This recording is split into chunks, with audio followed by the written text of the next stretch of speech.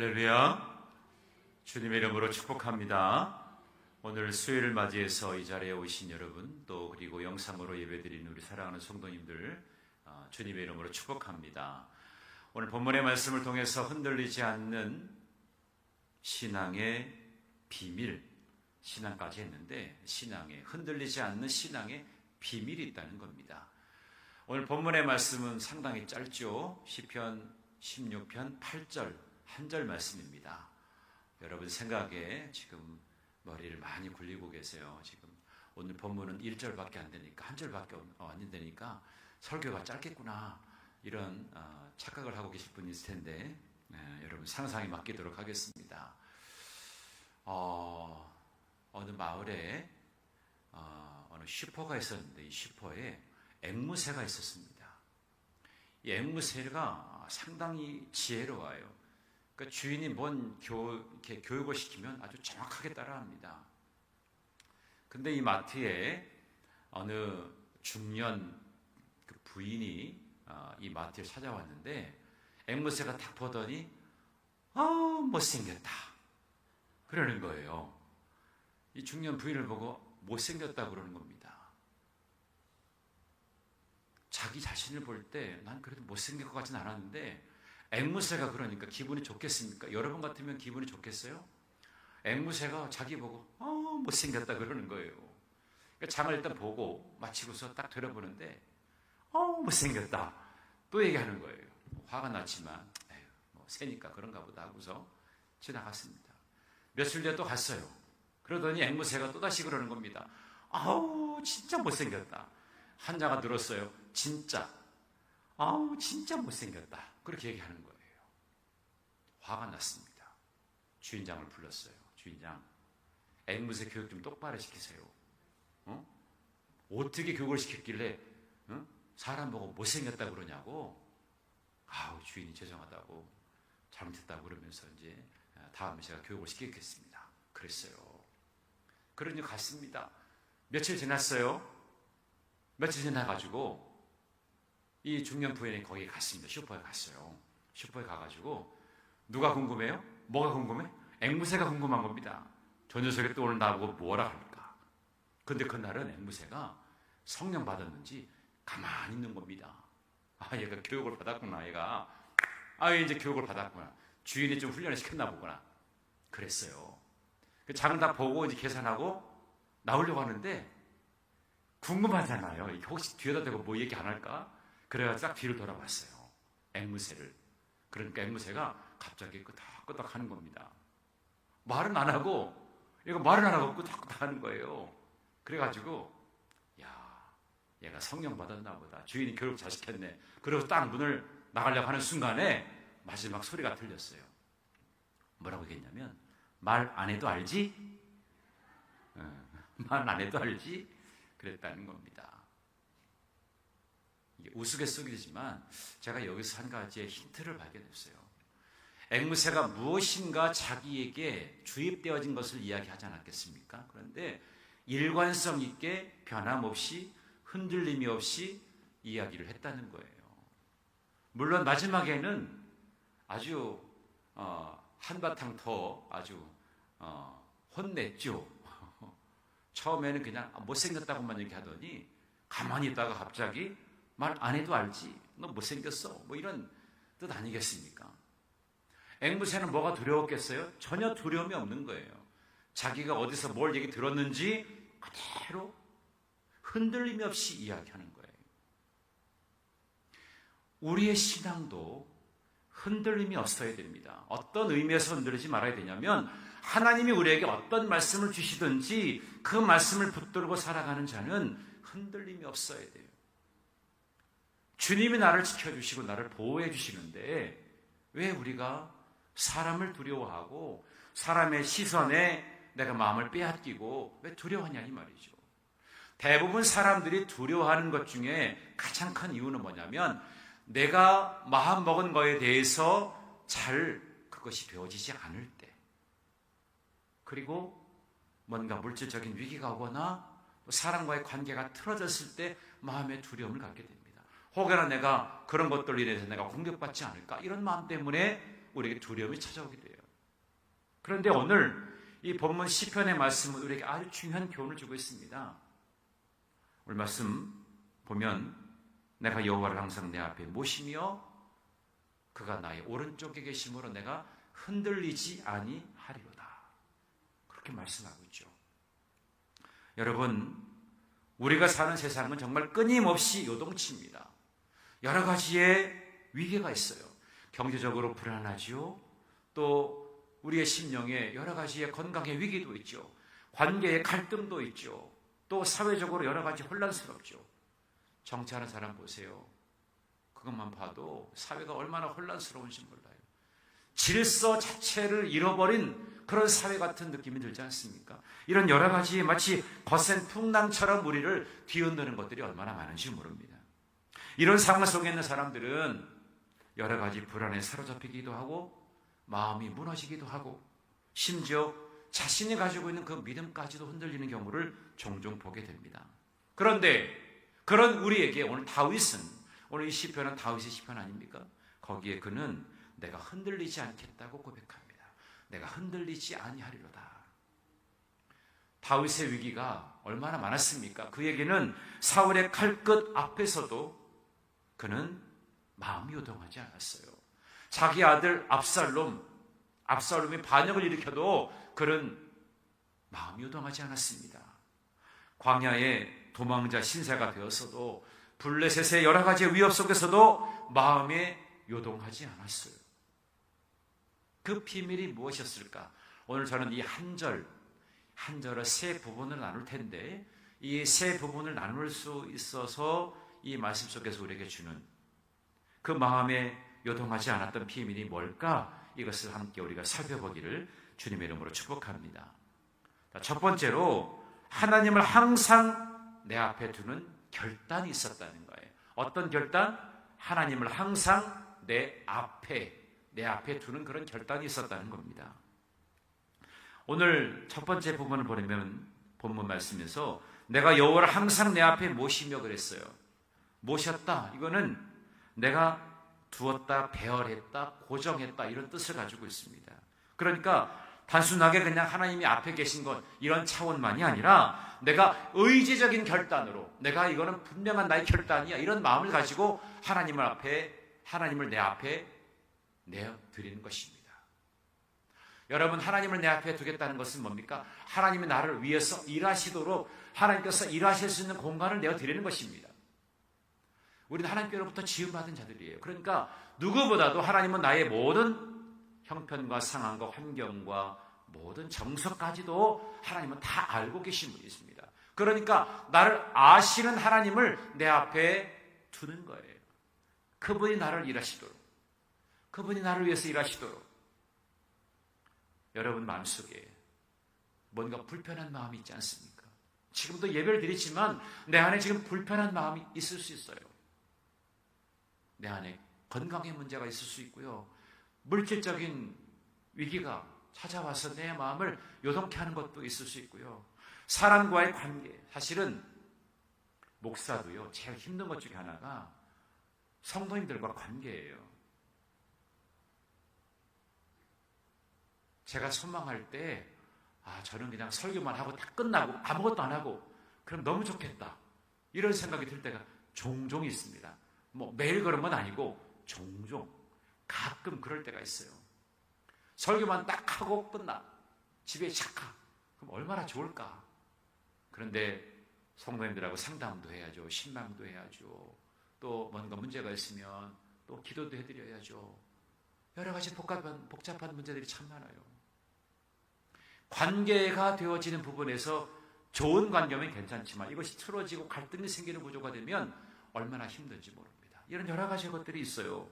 그런 여러 가지 결단, 여러 가지의 모습 이런 것들에 관해서 이 모든 것을 아시는 하나님 앞에 내가 나아가고 그분을 내 앞에 두는 겁니다. 오늘 여기 본문에 내 앞에 내 시야에 이런 뜻을 갖고 있는 것은 나의 영적인 시선을 항상 하나님께 두는 태도를 말하는 겁니다. 내 앞에 둔다는 것은 나의 영적인 시선을 하나님께 둔다 이거예요. 그래서 항상이라고 했죠. 내가 여호와를 항상 내 앞에 모시며, 이 항상이라고 하는 말은 끊임없이라고 하는 말이에요. 이스라엘 백성들이 제사를 드리게 될 때에 항상 드리는 번제가 있었어요. 그 번제, 변함없이 지속적으로 드리는 그 번제처럼 그렇게 항상 내 앞에 모셔드리겠다는 겁니다. 번제는 출애굽기 29장 42절의 말씀을 보니까 늘 드리는 번제였다 이렇게 얘기합니다. 늘 변함없이 드리는 번제처럼 그렇게 항상 내가 여호와 하나님을 내 앞에 두겠다 이렇게 말씀하고 있는 거죠. 변함없이 지속성을 가지고 있는 겁니다. 그래서 다윗은 어떤 환경이 아니라 하나님을 바라보는 신앙의 방향성을 고정하고 있었어요. 여러분, 신앙이 흔들리는 이유는 무엇 때문일까요? 대부분의 시선이 분산되기 때문에 그래요. 하나님만 바라보면 우리가 신앙이 흔들릴 이유가 없어요. 근데 하나님도 바라보다가, 세상도 바라보다가, 친구도 바라보다가, 또 나를 아주 힘들게 하는 사람도 바라보다가, 여러 가지를 바라보다 보니까 나의 시선이 분산되다 보니까 그래서 신앙이 흔들리는 거예요. 마태복음 14장에 보면 베드로가 물 위를 걷는 놀라운 기적의 역사가 일어나지 않았습니까? 그런데 예수님을 바라볼 때는 물에 빠지지 않았어요. 그런데 바람과 파도를 보니까 즉시 빠지게 되었다 그랬어요. 시선이 분산되니까 결국에 물에 빠지고 만 것입니다. 우리의 시선이 분산되어지면 안 됩니다. 신앙은 한결같이 하나님께 초점을 맞추고 그분을 향하여 나아가는 것입니다. 지난주에 우리가 하나님의 눈길이라고 하는 말씀의 제목으로 말씀을 나눴잖아요. 하나님의 눈길은 항상 언제나 변함없이 우리를 향하고 있는데 우리는 엉뚱한 것에 관심을 두고 있어요. 요즘에 에스겔서를 보고 있지 않습니까? 에스겔에서 우리가 말씀을 받는 교훈이 뭐예요?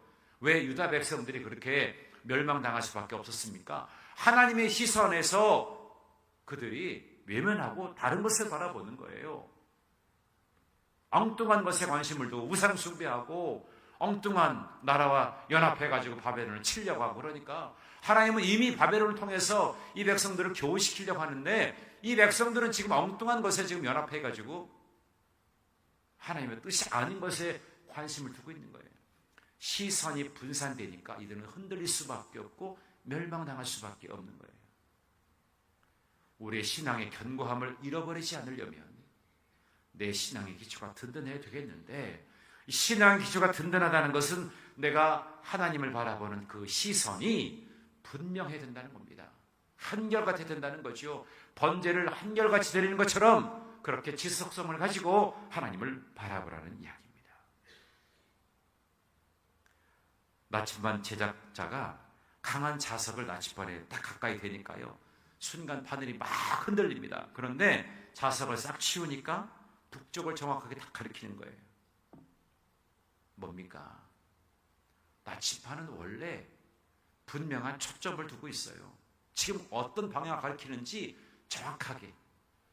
자극을 주면은 이게 흔들릴 수는 있지만 그것이 재해지면 바른 방향을 제시한다는 겁니다. 하나님을 항상 내 앞에 둔 신앙은 잠시 동안은 흔들릴 수 있어요. 그렇지만 방향을 잃어버리지 않는다는 겁니다. 사람들은 방향을 잃어버려서 방황하는 사람들이 참 많아요. 주일만 되면 분명히 신앙을 가지고 있는 사람인데 어디 교회를 가야 될까? 이 방황하는 사람들이 참 많습니다. 방향성을 잃어버린 사람들이 참 많아요. 그러니까 늘 방황하는 거죠. 여기 갔다가 저기 갔다 요리 갔다 저리 갔다. 방향을 잃어버려서 그래요. 하나님께 초점을 맞추면 우리가 흔들림이 없게 되는 줄로 믿습니다. 여러분, 그래서 우리가 흔들리지 아니하려면 하나님을 내 앞에 모셔드리는 것이 중요한 거예요. 하나님이 주도적으로 나의 삶을 이끌어 가시도록. 이번에 평신도 영상 수련회 주제가 느헤미야 8장 10절의 말씀입니다. 여호와를 인하여 기뻐하는 것이 너의 힘이라. 우리 그 평신도 그 남선교회 연합회 회장님이 제가 인사를 하도 심심하니까 어디서 힘을 찾았는지 여호와는 나의 힘이, 여호와로 인하여 기뻐하는 것이 나의 힘이다 이렇게 주제를 다지셨더라고요. 그렇습니다. 주님 때문에 내가 기뻐할 일들이 있는데 그것이 나의 힘이 된다는 건데요. 어떤 때 우리가 힘을 얻을 수 있느냐? 여호와 하나님을 내 앞에 둘 때. 항상 이러한 마음을 갖게 되시는 여러분 모두가 되시기를 주님의 이름으로 축복합니다. 그래서 이제 적용을 해봅니다. 하루 시작할 때 말씀과 기도로 하나님을 내 앞에 두는 결단을 갖게 되시기를 바랍니다. 아침에 눈을 뜨게 되시면 하나님 오늘도 내가 짧은 말씀과 함께 기도하면서 하나님을 내 앞에 두는 결단을 갖겠습니다. 여러분 제가 7시만 딱 되면 교구장님들에게 회복곡간 묵상을 전합니다. 그러면 교구장님들은 또 성도님들에게 회복곡간을 전하겠죠. 그러면 아침을 시작하고 이제 직장이나 일터로 나갈 때 그 말씀을 묵상하면서 그 말씀을 통하여 하나님을 내 앞에 두는 거예요. 모셔드리는 거예요. 그리고 하루를 시작하는 겁니다. 그러면 하루가 윤택해질 수 있어요. 저는 어딜 가도 우리 성도님들이 하루의 첫 시간을 말씀과 함께 하기를 원해서 그렇게 말씀을 전하는 겁니다. 문제보다 크신 하나님을 바라보십시오. 환경이 아니라 하나님의 임재를 늘 의식하는 그런 훈련을 갖게 되는 여러분 모두가 되기를 주님의 이름으로 축복합니다. 하나님의 임재를 경험하시는 말이에요. 여러분의 시선이 분명하게 될 때 어떤 상황에서든지 하나님은 여러분의 삶의 자리를 찾아와 주시고 여러분의 삶을 든든하게 붙들어 주실 줄로 믿습니다. 자, 두 번째로 하나님은 나의 오른쪽에 계신 보호자이십니다. 보호자. 오늘 여기에 말씀해 보면 그가 나의 오른쪽에 계심으로 그랬어요. 그가 오른쪽에 계시다 그랬어요. 여기 내 오른쪽이라고 하는 것의 의미는 여러분 고대 전쟁에서 전사가 전쟁에 나갈 때는 어떻게 하냐면 왼쪽에는 방패를 듭니다. 오른쪽에는 뭘 들을까요? 오른쪽에도 방패를 들어요? 왼쪽에 방패를 들었으면 오른쪽에는 칼을 들죠. 그런데 왼쪽에는 방패를 들었기 때문에 보호가 되지만 오른쪽에는 칼을 들었기 때문에 보호할 게 없잖아요. 그래서 오른쪽은 보호받기 어려운 취약한 쪽이라는 거예요. 보호받기 어려운 취약한 쪽이다. 그래서 여호와께서 그것을 지키신다는 것은 뭐냐면 결정적으로 그를 보호하신다고 하는 의미를 갖고 있는 거예요. 나의 취약한 부분, 그 부분을 하나님께서 보호하신다고 하는 의미입니다. 그분이 내 오른쪽에 계시다. 이것은 어떤 의미냐면 나의 가장 취약한 것을 아시기 때문에 나를 결정적으로 보호해 주신다. 그런 뜻을 가지고 있는 겁니다. 그래서 시편 121편 5절에도 그렇게 말씀하고 있죠. 여호와는 너를 지키시는 이시라. 여호와께서 오른쪽에서 내 그늘이 되시나니. 여기도 오른쪽에가 나오잖아요. 동일한 의미입니다. 그래서 보호를 가리키는 거예요. 결정적인 보호를 가져다 주시는데 우리의 연약한 부분, 그런 부분을 하나님께서 아시고 그것을 채워주시겠다고 하는 겁니다. 하나님은 우리가 지킬 수 없는 그런 부분들을 지켜주시는 거예요. 나 연약한 곳, 보이지 않는 사각지대에 이것을 대신 막아주시는 분인 줄로 믿습니다. 그래서 적용을 해봅니다. 두려움의 이유를 우리는 환경에서 찾는 것이 아니라 하나님의 자리에서 찾아야 돼요. 하나님의 자리에서 내가 벗어나게 되면 두려워지는 거예요. 환경의 문제가 아닙니다. 내가 나의 주인을 어떤 분으로 모셔드리고 살아가느냐, 그거에 따라서 내 삶의 방식이 달라지는 거예요. 오늘 나의 오른쪽은 내가 스스로 방어하기 어려운 영역이에요. 오늘 여러분 스스로에게 한번 질문을 해보세요. 나의 지금 오른쪽 취약한 부분이 어떤 부분인가? 지혜가 부족한 취약점이 있을 수도 있죠. 또 관계에 취약점이 있을 수 있죠. 물질에 취약점이 있을 수도 있습니다. 직장 생활하면서 여러 가지 고단한 취약점이 있을 수 있어요. 그러한 어려움에 처해 있는 그런 모든 것들, 하나님이 나의 오른쪽에 계시다고 하는 것은 그런 상황에서도 우리에게 안전과 평안을 주시겠다고 약속하셨어요. 나의 오른쪽에 계시나니. 오른쪽에 비껴나가시는 것이 아니라 그곳에 계신 분이십니다. 그분이 나의 오른쪽에 계시다고 그랬잖아요. 그래서 나에게 안전과 평안을 약속하시는 분이라는 겁니다. 그런 은혜를 입게 되시는 여러분 모두가 되기를 주님의 이름으로 축복합니다.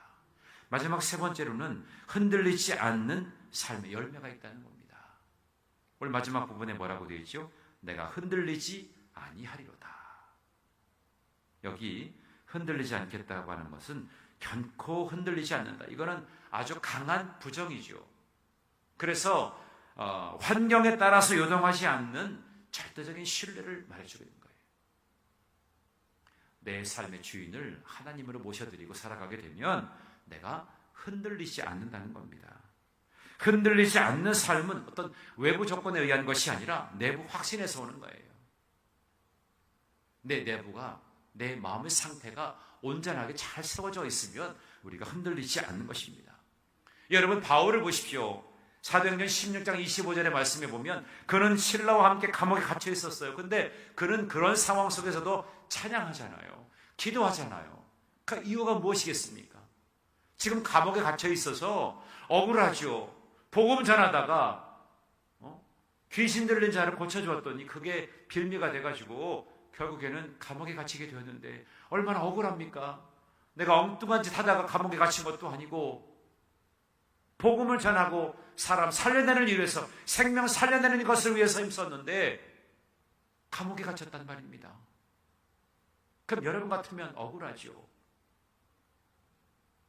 그런데 오히려 이 바울은 그곳에서 찬양을 합니다.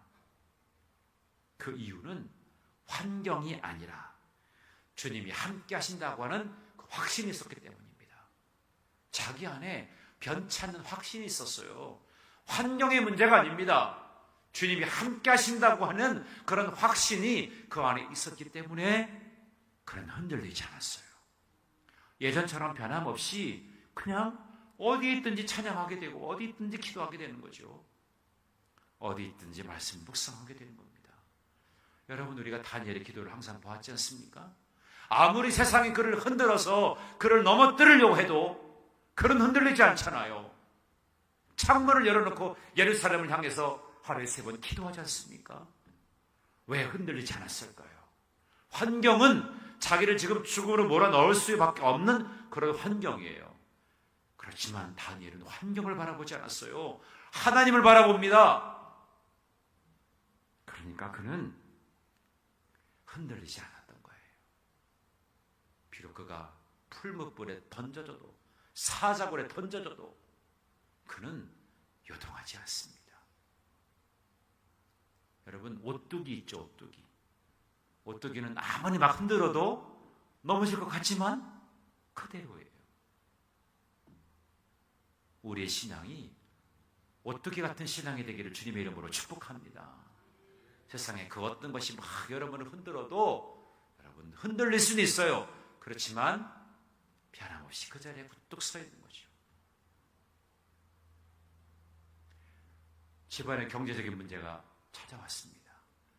예전에는 참 11조도 잘했는데 이제는 경제적인 문제가 오니까 이제 고민이 되기 시작하는 거죠. 이거 11조를 해야 되나?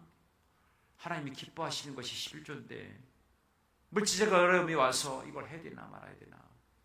잠깐 흔들릴 수는 있습니다. 그렇지만 하나님께서는 나의 물질, 비록 지금 많지는 않지만 내가 드릴 수 있는 것도 행복이고 감사하지. 그래서 11조를 드리는 거예요. 잠시 잠깐 흔들릴 수는 있어도 내가 중심을 바로잡고 내 신앙이 오뚜기 같은 신앙이니까 거기서 변질되지 않는 거죠. 그래서 하나님께 내 중심을 의탁하는 겁니다. 중심이 바로 서 있어야 내가 흔들리지 않습니다. 내 믿음의 기초는 하나님께서 나에게 흔들리지 않는 말씀의 근거를 주셨고 하나님과의 깊은 교제를 통해서 내 심령을 날마다 새롭게 하신다고 하는 내 믿음의 고백을 주님은 들으신다고 하는 믿음이 있기 때문에 내가 잠시는 흔들릴 수 있어도 넘어지진 않는 겁니다. 전 여러분의 믿음이 넘어지지 않는 믿음이 되기를 주님의 이름으로 축복합니다. 거기에 열매가 있는 겁니다.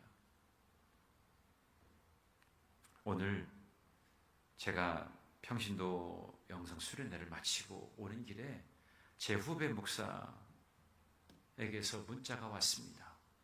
자기 딸이 갑상선 암에 걸려서 수술을 해드린 상황이라고 해서 나이가 18살인데 수술을 해야 된다는 거예요. 그래서 제가 문자로 간단하게 너를 위해서 기도할게, 너의 딸을 위해서 기도할게 그랬는데 제가 그냥 말만 해서는 안 되겠더라고요. 그래서 그 목사님을 위해서 제가 기도문을 제가 썼어요. 제가 기도문을 제가 보냈습니다. 보내고 제가 그 후배 목사님한테 제가 이야기가 암으로 나왔대요. 그래서 갑상선 전 절제하고 목 림프절도 다 제거하는 곽청술이라고 하는 것을 했다고 그래요. 그래서 그 부위가 상당히 크게 되었다는 겁니다. 생각보다 상당히 컸다는 거예요. 그런데 더 안타까운 거는 그 둘째, 셋째 아이들도 검사를 해봐야 된다는 겁니다. 그래서 이 아이가 18이고 아직 이제 고등학교 학생인데 얼마나 두려울까, 또 목회자인 목사의 마음이 얼마나 불안할까, 그런 마음이 들어서 제가 그 자녀 이름이 채울입니다. 채울. 하나님께서 채울 줄로 믿고 건강으로 채울 줄 믿고 기도한다 그랬는데 한번 기도문 또 좀 올려주실래요? 네, 제가 아까 잠깐 말씀 준비하다가 이렇게 했어요. 그래서 우리 같이 공동으로 기도했으면 좋겠습니다. 채울이에요. 임 목사님인데 임채울입니다. 우리 같이 우리 선포하면서 우리 기도하도록 하겠습니다. 시작. 존귀하신 아버지 하나님, 우리 채울 양을 축복하며 간구합니다. 지금 수술 후 회복 중에 있는 목사님의 따님 채울 양을 주님의 자비로운 손길로 붙들어 주시옵소서. 갑상선암 수술이 성공적으로 마무리되었사오니 이제는 주님의 능력으로 채울 양의 몸과 마음이 온전히 회복되게 하여 주시옵소서. 수술로 인한 통증과 불안감 대신 주님이 주시는 참된 평안이 채울 양의 마음을 가득 채우게 하시고 모든 염려와 두려움으로부터 자유하게 인도하여 주옵소서. 어린 나이에 감당하기 쉽지 않은 이 과정 속에서도 흔들림이 없는 믿음과 소망을 품게 하셔서 더욱 강건하게 일어설 수 있도록 넉넉한 힘을 더하여 주시옵소서. 속히 건강을 되찾아 활기찬 모습으로 다시금 평범하고 행복한 학교 생활을 이어갈 수 있도록 은혜를 베풀어 주시옵소서. 친구들과 함께 웃고 배우며 성장할 수 있는 기쁨을 다시금 허락하여 주시옵소서. 이 모든 과정을 통해 채울 양이 주님의 살아계심을 더욱 깊이 체험하게 하시고 주님만을 의지하는 믿음의 사람으로 세워지도록 축복하여 주시기를 간절히 원하오며 우리 주 예수 그리스도의 이름으로 기도드립니다. 아멘. 제가 이 기도 중에 중간에 이 과정 속에서도 흔들림이 없는 믿음과 소망을 품게 하셔서 흔들림이 없는 믿음을 갖게 하라고. 아이가 어린 나이에 암이 걸렸다고 할 때 그 마음이 얼마나 두렵겠습니까? 그 믿음도 얼마나 흔들릴 수 있겠어요. 그래서 제가 여기에 그런 구절을 썼어요. 흔들림이 없는 믿음과 소망을 품게 하옵소서. 그렇게 제가 썼어요. 여러분도 삶을 살아가다 보면 여러 가지 큰 위기가 오지 않겠습니까? 다 누구에게나 옵니다. 위기 없는 사람이 어디 있겠어요? 그럴 때마다 여러분 흔들리지 마십시오. 오늘 시편 16편 8절의 말씀은 바로 저와 여러분을 위해서 주신 말씀인 줄로 믿습니다. 그 말씀에 의지해서 믿음으로 승리하게 되시는 여러분 모두가 되기를 주님의 이름으로 축복합니다. 오늘 다윗이 경험한 흔들리지 않는 신앙의 비밀 3가지를 말씀드렸어요. 첫 번째, 항상 하나님을 내 앞에 두는 결단이 필요하다는 겁니다. 두 번째로, 하나님이 나의 오른쪽에 계심을 믿는 확신을 가져야 된다는 거죠. 그리고 세 번째로, 그로 인해서 오는 흔들리지 않는 삶의 열매가 우리에게 있어야 될 줄로 믿습니다. 이런 말이 있어요.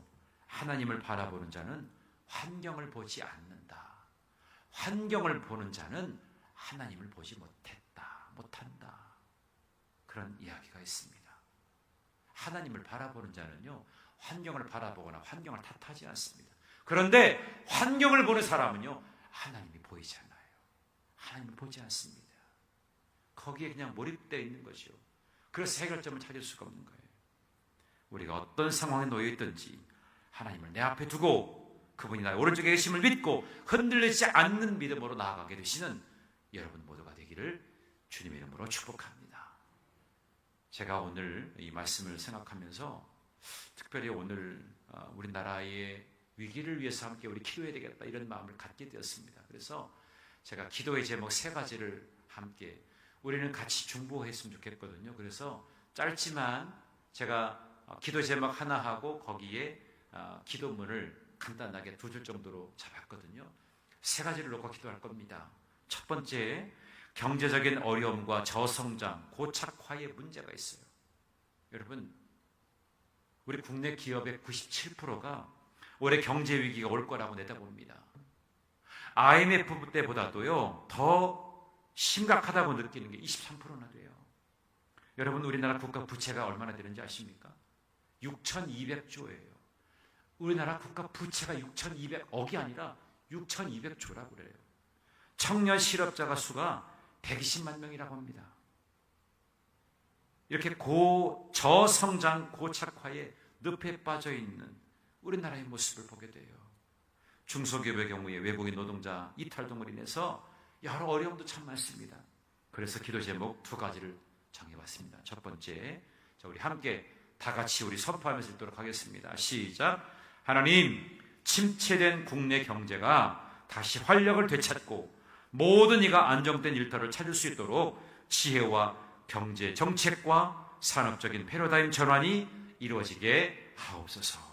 2번째, 어려움을 겪는 소상공인과 서민들의 삶이 회복되고 청년들에게 비전과 희망이 열리도록 인도하여 주옵소서. 우리나라의 경제 위기, 저성장, 이것이 고착화된 것, 이 문제를 위해서 여러분 꼭 기도해 주시기 바랍니다. 2번째는 극심한 저출산과 초고령의 문제입니다. 우리 대한민국은 전 세계적으로 유례없는 저출산을 기록하면서 초고령 사회로 아주 빠르게 진입하고 있습니다. 이것은 미래 사회의 동력을 약화시키고 국가의 지속 가능성을 타격 입히는 아주 위협이 되는 그런 문제입니다. 그래서 제가 2가지의 기도 제목을 정했어요. 첫 번째 함께 읽습니다. 시작. 생육하고 번성하라고 하신 하나님의 창조 질서가 이 땅 가운데 회복되게 하시고 결혼과 출산에 대한 긍정적인 인식이 사회 전반에 확산되게 하옵소서. 2번째, 정부의 저출산 극복 정책이 실질적인 효과를 거두게 하시고 다음 세대들이 안심하고 건강하게 자랄 수 있는 안전하고 희망찬 사회를 이루게 하옵소서. 이 저출산의 문제 상당히 심각합니다.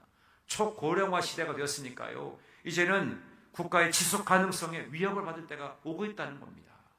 이것을 위해서 정말 이 결혼과 출산에 대한 긍정적인 인식이 있어야 됩니다. 이것을 위해서 여러분 기도해 주시기 바랍니다.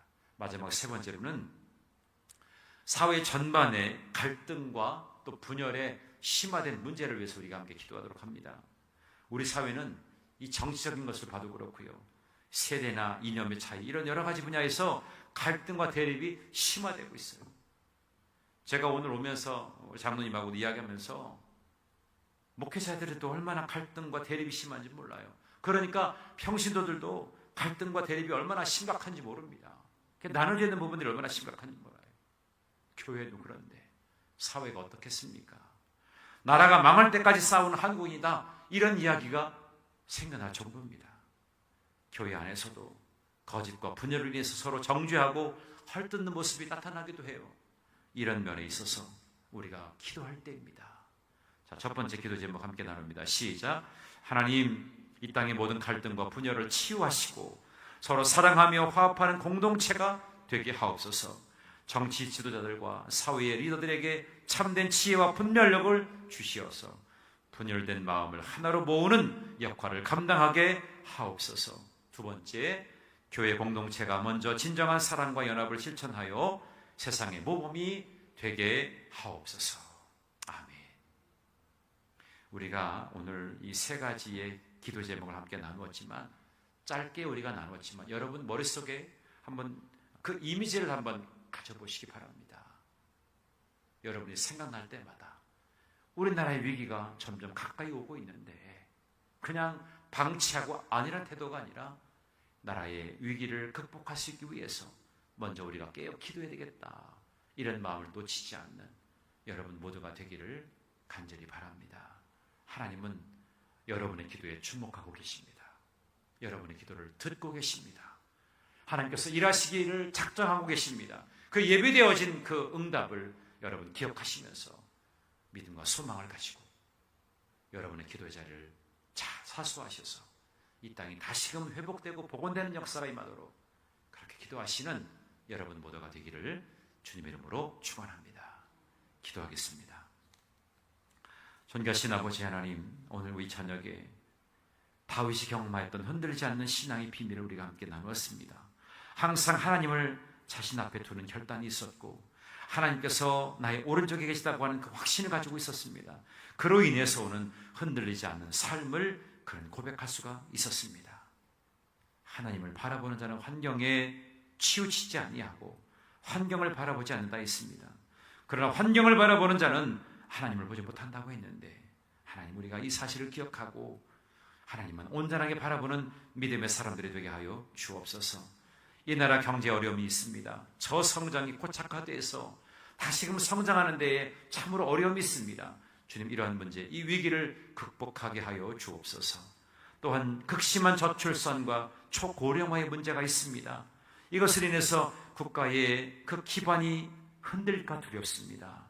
주님, 이 결혼과 출산에 관한 긍정적인 인식을 가지고 이제 우리가 더 많은 인구가 다시금 부흥할 수 있도록 하나님 도와주옵소서. 우리나라 사회의 전반적인 갈등과 분열의 이 심각한 문제가 얼마나 심화되었는지 모릅니다. 서로의 갈등을 이제는 다 털어내고 서로 화합하고 연합하는 일을 위해서 더 앞장설 수 있도록 하나님 도와주옵소서. 오늘 우리는 다윗의 흔들리지 않는 그 믿음, 그 신앙의 비밀을 알았습니다. 이것을 놓치지 않는 신실한 믿음의 사람들이 되게 하여 주시옵소서. 축복하며 감사드리오며 사랑이 많으신 우리 구주 예수 그리스도의 이름으로 기도하여 싸움나이다. 아멘. 교회 소식을 전하겠습니다. 우리 옆에 계신 분과 함께 인사 나눕니다. 하나, 둘, 셋. 네, 힘내시기 바랍니다. 다시 한번 힘내게 하는데 지금 이렇게 하면 힘이 나겠어요? 힘 날려고 하다가도 지치겠네. 힘차게 힘을 하겠습니다. 하나, 둘, 셋. 네, 힘내시길 바랍니다. 다음 돌아오는 주일 오후는 가정주일로 지킵니다. 기억하시면 되겠고요. 이번 주에 우리 이석경 집사님 법무사 개업하게 되는데 개업 예배를 토요일 날 9시에 하게 됩니다. 전교인 체육대회가 이제 9월 첫 번째 주에 장애인 스포츠센터에서 있게 되는데요. 자세한 이제 차량 운행 방향이라든지 또 구체적인 계획은 다음 주에 구체적으로 여러분들에게 말씀드리겠지만 각 팀들 다 아시죠? 내가 청팀인지 백팀인지 나 홍팀 아니야? 홍팀은 없습니다. 청팀과 백팀 두 팀밖에 없어요. 그래서 여러분 잘 기억하셔가지고 1층에 보시면 여기 복도에 보시면 청팀 백팀 이렇게 나눠져 있어요. 다음 주에는 좀 더 크게 이렇게 게시를 테니까요.